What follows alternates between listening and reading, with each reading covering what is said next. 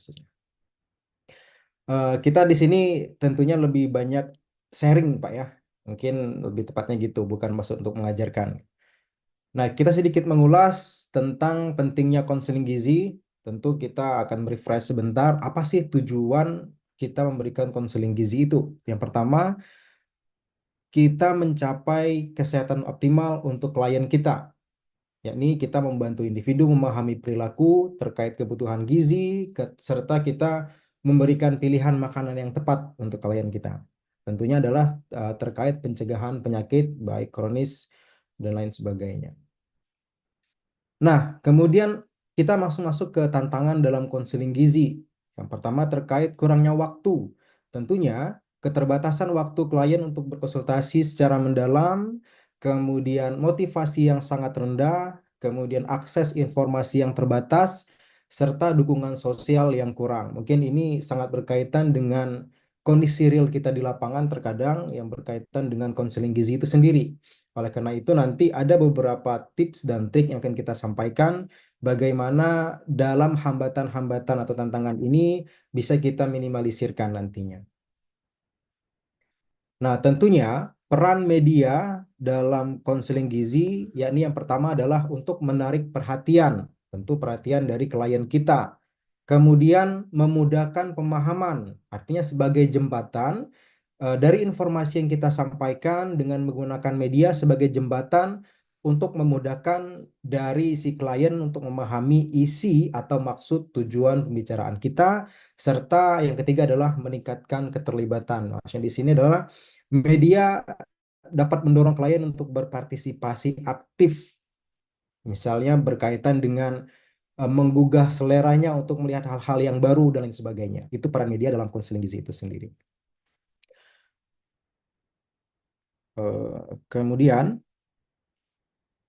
biasanya kita menggunakan media cetak sebagai alat konseling.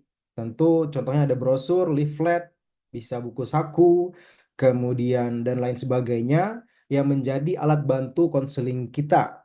Misalkan kita turun ke pasien atau visit ke ruangan pasien, tentu kita menggunakan brosur, leaflet, dan sebagainya. Nah, materi yang biasa kita sajikan untuk media cetak ini tentu bisa beragam, cuma terkadang tidak bisa dikembangkan lagi, hanya terfokus pada apa yang ada dalam media cetak tersebut, sehingga kembali ke kita lagi untuk mengembangkan media itu bagaimana. Sehingga nanti peran dari seorang klien itu sangat diperlukan dalam mengembangkan konten dalam media cetak itu sendiri. Nah, kemudian ada media audiovisual, yang mana media audiovisual ini dalam konseling tentu dapat meningkatkan keterlibatan klien dalam membuat sesi konseling lebih interaktif. Artinya apa? Dengan kita mendengar dan melihat itu tentu memberikan reaksi yang sangat baik tentunya, sehingga nanti si klien itu akan mempermudah mendapatkan pesan dari materi yang akan kita sampaikan. Nah, contohnya, biasanya untuk media audiovisual kita menggunakan demonstrasi resep makanan. Tentunya kita bisa mendemonstrasikan pembuatan MPASI. Kemudian bagaimana cara beraktivitas atau berolahraga untuk orang yang senam jantung umpamanya. Nah, itu biasa kita gunakan untuk media audiovisual. Kemudian penggunaan media digital. Media digital saat ini tentunya seperti platform Gizi Online atau Gizi Nusantara yang bisa kita kenal dan sebagainya, itu merupakan salah satu hal-hal yang baru di dunia konseling gizi khususnya saat ini. Apalagi sekarang terkenal yang namanya AI, atau di WhatsApp kita atau di Google kita ada yang namanya Meta. Sedikit kita tanyakan bagaimana kondisi cuaca saat ini. Tentu dari from text tersebut si Meta itu akan menjawab sesuai dengan deskripsi apa yang ada. Nah, itu salah satu tantangan yang harus kita perjelas lagi. Jangan sampai nanti klien kita menjadi ambigu nantinya, sehingga dikit-dikit bertanya ke Meta ini menjadi sumber yang tidak relevan, takutnya seperti itu. Nah, sehingga kita sebagai ahli gizi tentunya harus berperan aktif dalam meluruskan hal-hal tersebut. Jangan sampai nanti hal-hal yang tidak diinginkan menjadi rujukan sumber yang salah, walaupun itu suatu robot yang pintar istilahnya. Nah, oleh karena itu, mari kita bersama-sama melihat bagaimana cara membuat dan memilih media yang tepat untuk konseling gizi itu. Yang pertama, tentu kita harus mempertimbangkan target. Nah, target di sini siapa sih sasaran kelompok yang akan kita berikan terkait konseling itu, kemudian kelompok umurnya, pendidikan, dan sosial budayanya. Hal ini akan berkaitan dengan media yang akan kita pilih tentunya. Misalkan kalau anak-anak pasti hal-hal yang lebih menarik, warna yang lebih cerah dan lain sebagainya. Kemudian tidak menggunakan istilah-istilah yang agak susah. Tentu kalau untuk anak-anak kita hal-hal yang ringkas, kemudian langsung tepat sasaran. Berbeda dengan sasaran adalah orang-orang dewasa. Kalau orang dewasa tentu nanti materi yang disampaikan langsung ke fokus utama, kemudian terkait desainnya pun tentu lebih tegas nantinya, tidak banyak menggunakan animasi-animasi tambahan. Nah, itu salah satu pertimbangan-pertimbangannya. Nah, kemudian terkait tujuan konseling. Nah, tujuan konseling ini bagaimana cara kita memilih media untuk mendukung tujuan spesifik konseling ini. Entah itu menggunakan audio visual, menggunakan visual, dan lain sebagainya. Nah, kemudian selanjutnya ada sumber daya. Nah, dari sumber daya itu kita bisa memilih atau mengevaluasi bagaimana ketersediaan waktu, anggaran terkait SDM yang kita miliki atau kemampuan yang kita miliki. Itu sangat berperan dalam mendukung konseling gizi itu sendiri. Selanjutnya, dalam mengintegrasikan berbagai media, tentu kita harus, yang pertama adalah konsistensi. Konsistensi adalah pesan yang sama, kemudian tampilan yang selaras. Artinya apa? Artinya dari permasalahan yang ada, mulai dari pengantar dari media yang kita gunakan, kemudian isi sampai tujuannya itu harus sama nantinya. Boleh kita menyinggung hal-hal yang lain, tetapi harus mempunyai tujuan yang pasti. Permasalahannya apa? Kemudian ada juga saling melengkapi. Nah, saling melengkapi di sini maksudnya adalah dari masing-masing media tentu memiliki kekurangan dan kelebihan masing-masing. Oleh karena itu, perlu adanya kolaborasi dari masing-masing antar media itu. Sehingga tujuan yang akan kita sampaikan tepat sasarannya. Kemudian ada pengalaman yang terpadu. Nah, pengalaman terpadu di sini adalah maksudnya kita sebagai pengembang atau user, bagaimana kreativitas kita dituntut untuk sedemikian rupa membuat media yang baik sehingga nantinya mudah diterima oleh klien-klien kita. Kemudian ada berbagai cara dalam meningkatkan keterlibatan klien. Yang pertama, kita harus terlibat aktif, kemudian efektif, serta pelibatan pribadi. Nah, di sini kalau keterlibatan aktif, kita membangun hubungan yang kuat dan mempercayai klien, mendorong mereka untuk aktif berpartisipasi dalam sesi konseling, kemudian menciptakan dialog yang terbuka, serta pelibatan pribadi. Nah, di sini yang saya sampaikan tadi, kalau banyak pasien atau klien kita menggunakan media online yang langsung menggunakan robot pintar tadi, satu hal yang tidak dimiliki oleh robot pintar itu adalah pelibatan pribadi, rasa. Rasa terkadang dalam tanda kutip, yakni bagaimana cara kita membangun psikologis si klien kita itu untuk memotivasi jangan sampai nanti terus terpuruk dalam kondisi kesehatan yang negatif tentunya. Oleh karena itu, dengan konteks psikologis tadi, harapan kita adalah bagaimana merubah hal-hal yang lebih baik lagi untuk kualitas hidup klien kita. Nah, kemudian peran edukasi dalam konseling gizi. Yang pertama adalah yakni meningkatkan kesadaran, membangun pengetahuan, serta memperkuat pemahaman. Nah, ini peran edukasi dalam konseling gizi. Nah, edukasi berperan penting dalam meningkatkan kesadaran klien tentang pentingnya gizi seimbang atau permasalahan klien tersebut. Kemudian dengan melalui edukasi ini, klien dapat memperoleh pengetahuan tentang makanan bergizi, tentang masalah kesehatan yang dialaminya, serta bagaimana tips dan trik olahan makanan atau resep makanan yang akan kita rekomendasikan. Nah, kemudian yang ketiga ada memperkuat pemahaman. Nah, di sini dalam memperkuat pemahaman itu, edukasi atau media yang kelihatan, serta bagaimana gizi mempengaruhi tubuh itu. Artinya metabolisme yang berkaitan dengan kondisi tubuh dari pasien yang berkaitan dengan materi yang akan diberikan. Nah, selanjutnya dalam media konseling ini ada namanya penyampaian pesan yang efektif.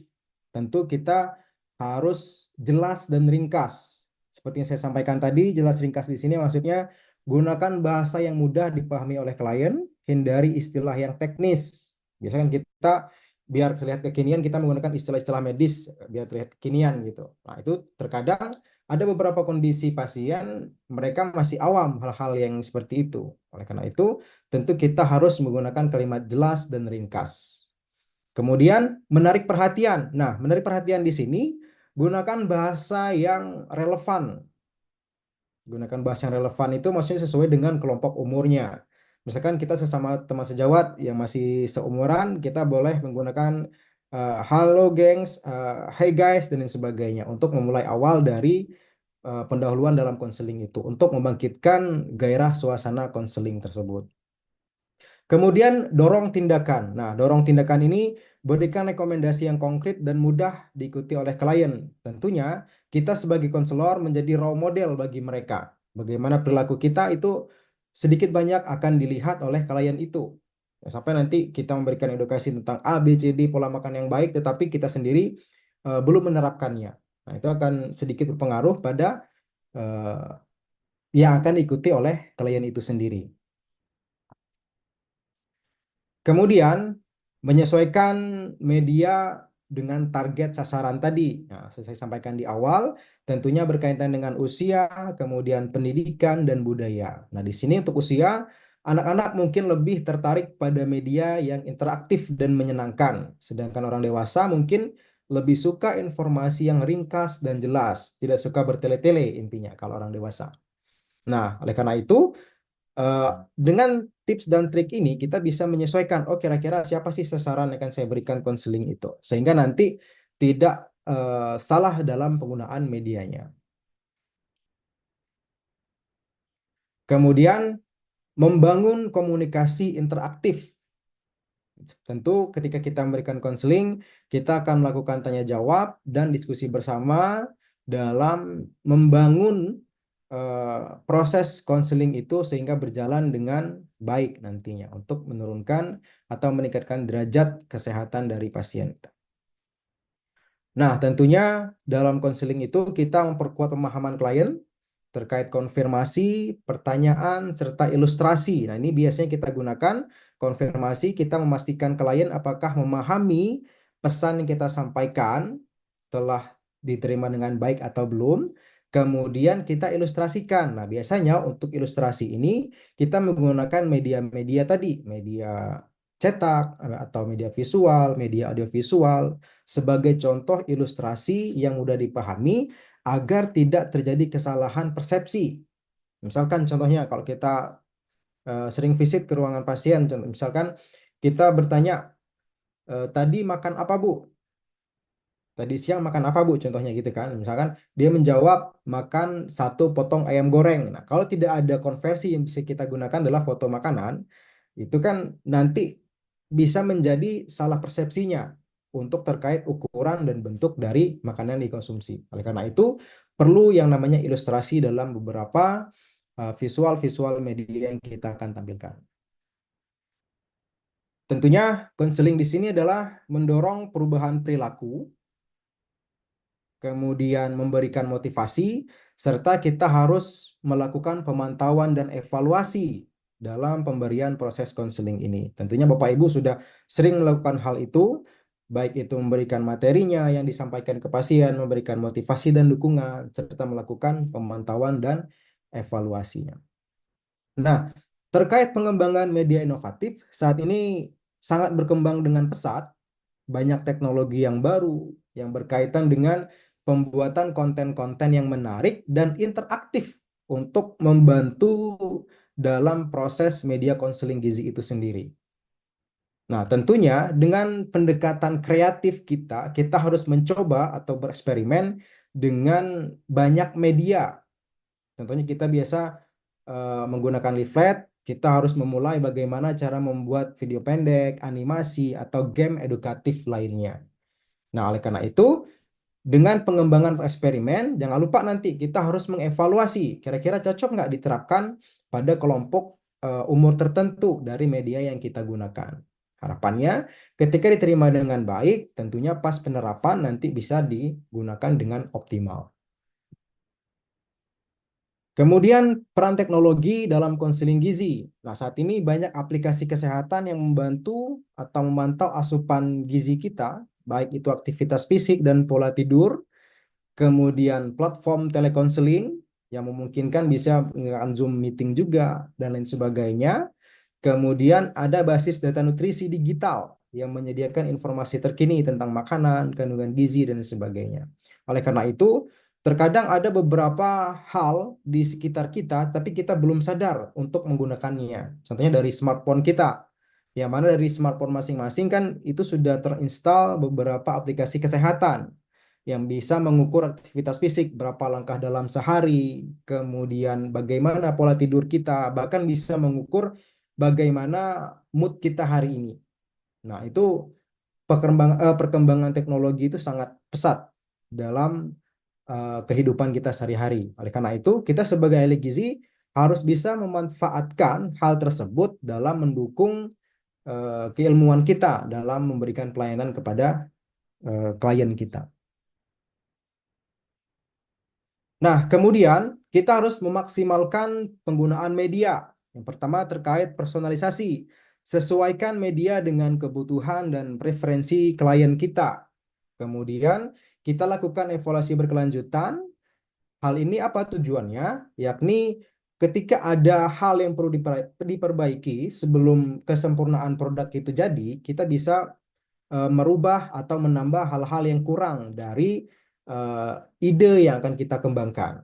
Nah, kemudian pemanfaatan platform digital. Nah, di sini adalah menjangkau target yang lebih luas. Artinya kita sudah punya atau proyek tersebut sudah siap untuk didistribusikan.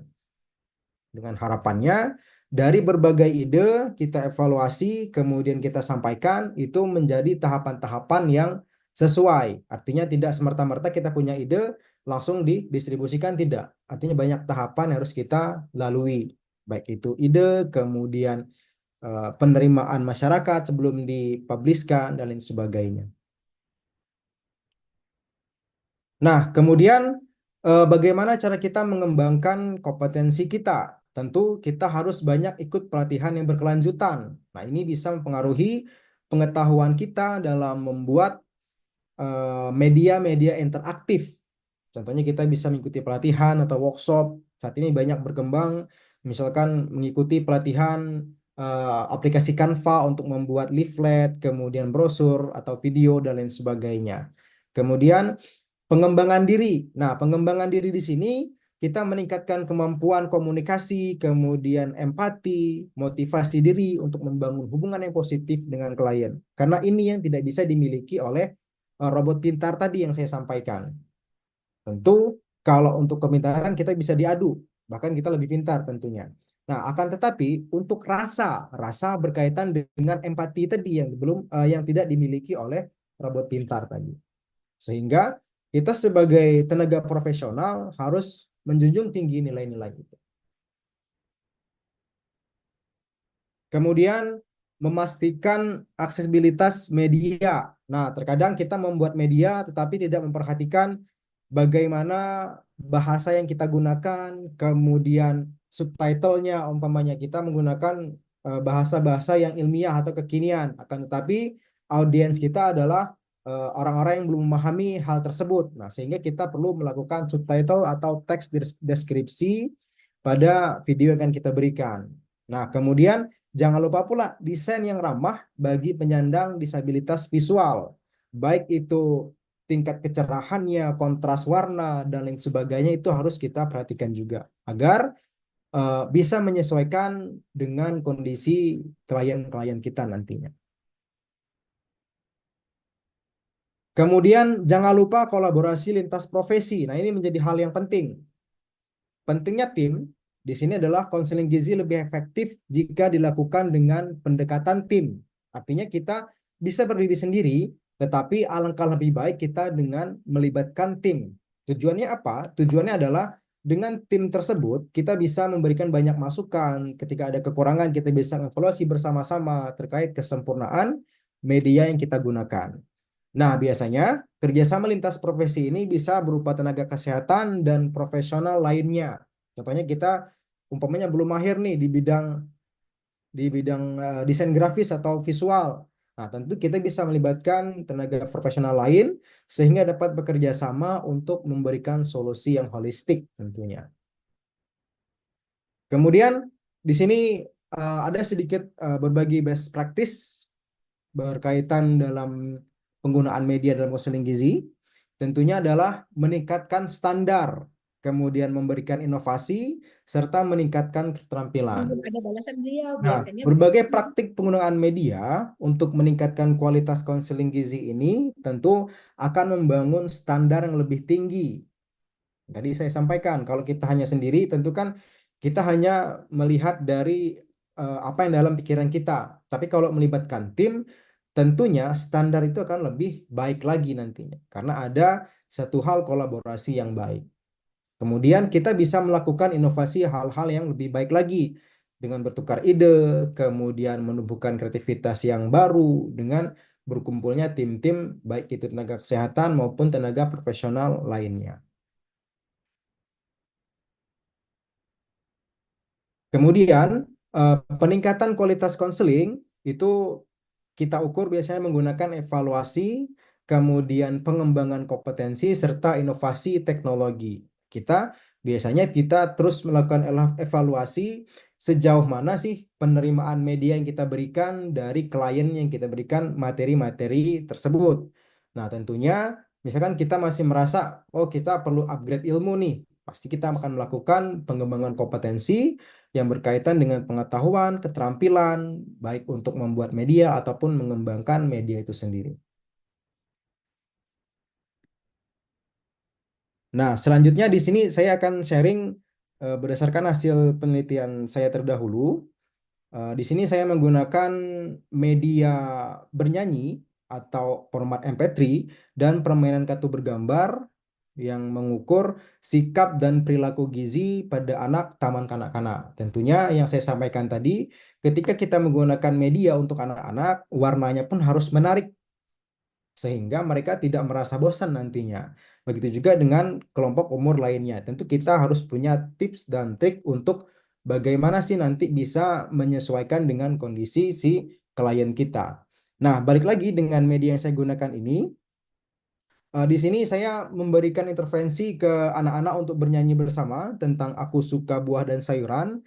Eh, Tentunya di sini saya melibatkan beberapa tenaga profesi lainnya. Tentu karena saya sangat minim dalam mendesain kartu-kartu, tentu saya melibatkan teman-teman dari desain visual kemarin untuk mendesain kartunya, bagaimana kartu itu bisa menarik sehingga bisa diterima oleh anak-anak. Kemudian untuk lagu kemarin saya melibatkan dari tenaga atau tim profesional dari kesenian.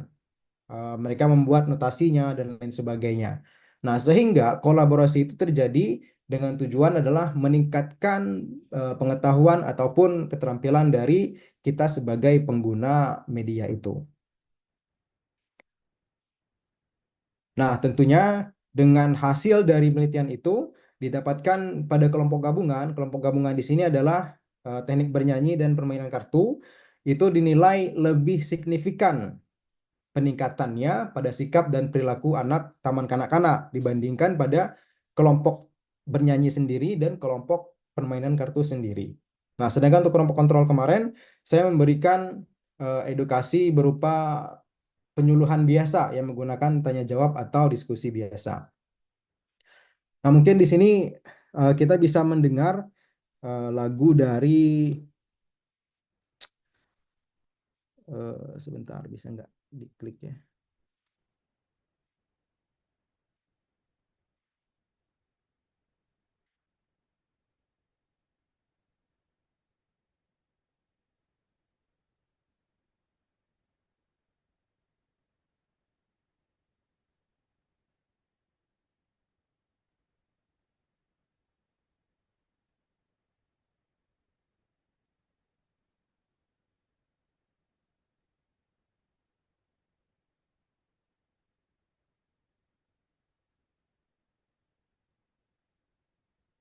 Oke, di sini mohon izin share sedikit pengalaman saya dalam membuat media lagu untuk anak-anak.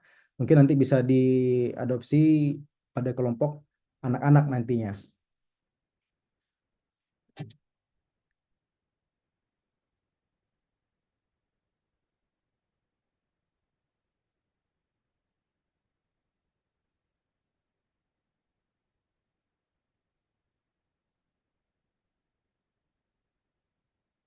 Kau ingin sehat, makan buah dan sayur sebagai makanan sehari-hari.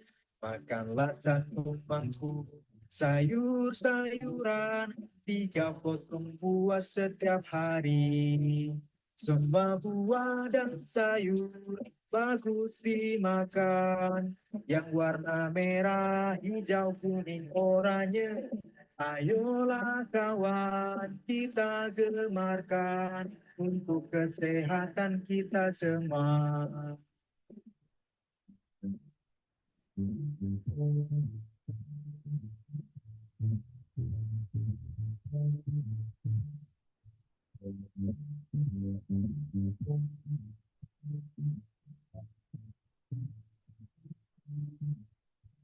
Jika kau ingin sehat, makan buah dan sayur sebagai makanan sehari-hari. Makanlah satu mangkuk sayur-sayuran, 3 potong buah setiap hari. Semua buah dan sayur bagus dimakan, yang warna merah, hijau, kuning, oranye. Ayolah kawan, kita gemarkan untuk kesehatan kita semua.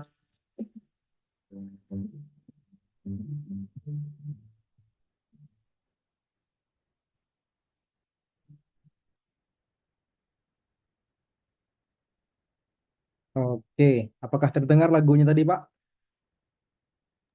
Terdengar. Oke. Nah, kemudian eh, sebentar.